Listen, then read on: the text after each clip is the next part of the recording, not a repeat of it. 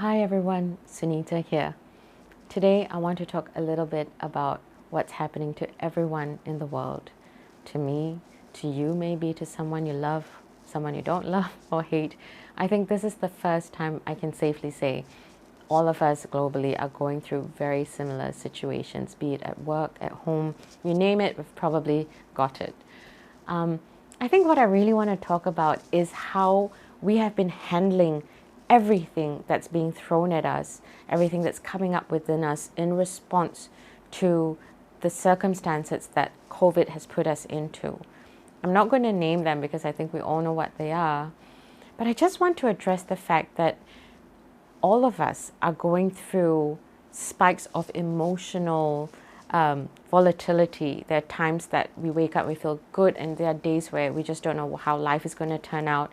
There's worry, there's anxiety, there's depression. And I think what's very different about this collective experience is that we're experiencing a myriad of different emotions many times in a day. And if I had to chart it in a graph, it's like up and down, one day up, one day the next. And in the past, I suppose this wasn't so much as a problem because if I had to not sugarcoat it, a lot of us engaged in self-soothing measures to get through our week. We would start work on a Monday, look forward to the Friday, have drinks or go out for a movie or whatever, and then enjoy the weekend, and then we redo that. And to help us get through the week, if we had a bad day at work or with the family, we self-soothe by going online, watching movies, just engaging in anything. Now that we have this absolute sense of loss of control, given that we can't access these social spaces and people, I think it's very natural for us to go through these feelings of such frustration, to say the least. And I think there's been an inundation of information on the web, on TV. If it's not about COVID, then it's about how it's a chance to go inward, which is great, by the way. I have nothing against it.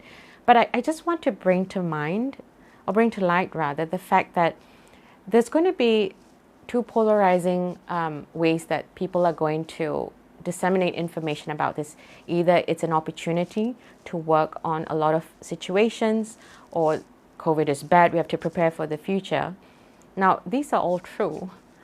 But I think what I want to focus on is how, as a human being, you and me are going to be affected by this. And we are kind of at the whims and mercies of the news that surrounds us.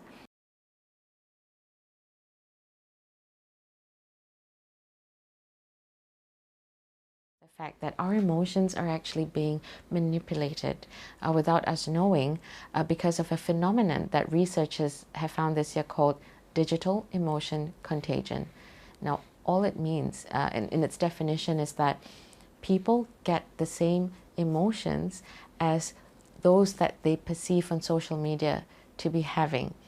So if someone on social media posts something that's quite, distressing, chances are by the end of that post, of you reading it and engaging it, you might feel those very same emotions if you weren't distressed.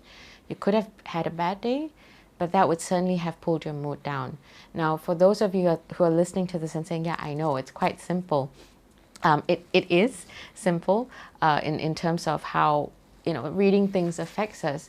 But this happens in 3 levels where you may want to actually pay a bit more attention to how it happens so that you can kind of avoid getting pulled into those emotional traps.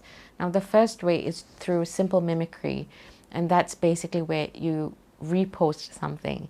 And it could be for a good reason, to share information about the pandemic, but just be aware that in doing so, that you are going to a larger extent take on the emotion of the person who has expressed that, even with the emojis, for example.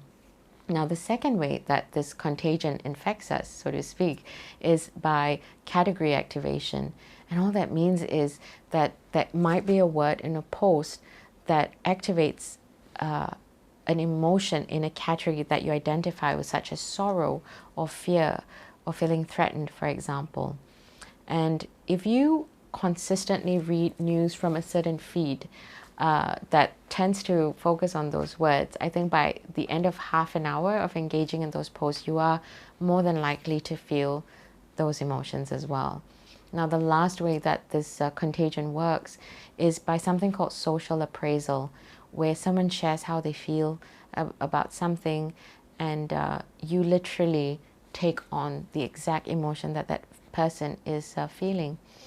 And while that is great because empathy is part of, social connections and helping others, it's not going to help you very much if you already had a very challenging day.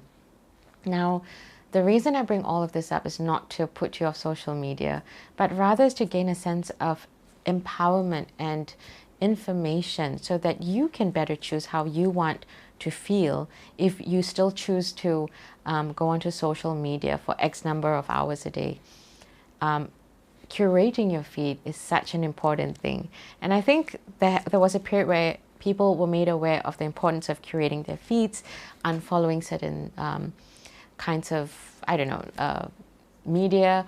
But I do think in this time, we are going to be exposed to a lot more friends and family who are not dealing so well with this pandemic and are just posting things in their attempt to ease their worries and fears. But in so doing, when we kind of read that, it makes us feel not so great because on one level, we are being infected by that emotion, but on the other, we are worried about that person. So I would suggest unfollowing that person just for a while, and not because you don't like them, but because it's the kindest thing to do for yourself. So curate your feed to a larger extent than you would otherwise. That was the first thing I would recommend. The second thing I would recommend doing is creating an account, a second account, a shell account, where all you do is start following accounts that make you feel joy, happiness, animals, puppies, dogs, quirky things, ASMR, the like.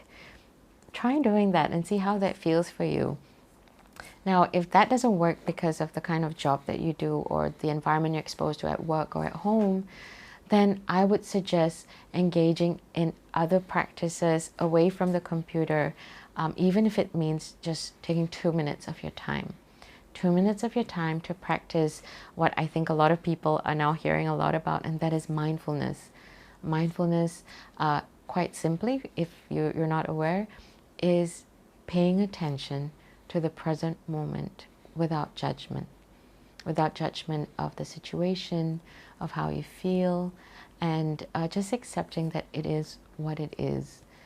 Now, there is a lot more to it than just doing that. Theoretically, it sounds easy, but yeah, there's just a little bit of training that goes with that. But I think if you can just start by focusing on your breath, just as you breathe, sit down, just focus on how that feels for you.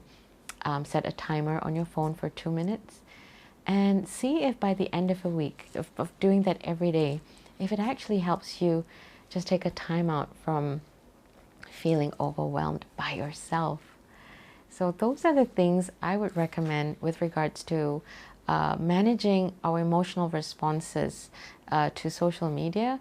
And if you have other ways that you have found that work really well, please feel free to leave a comment below so that other people can read that and be inspired by that and try that out for themselves too.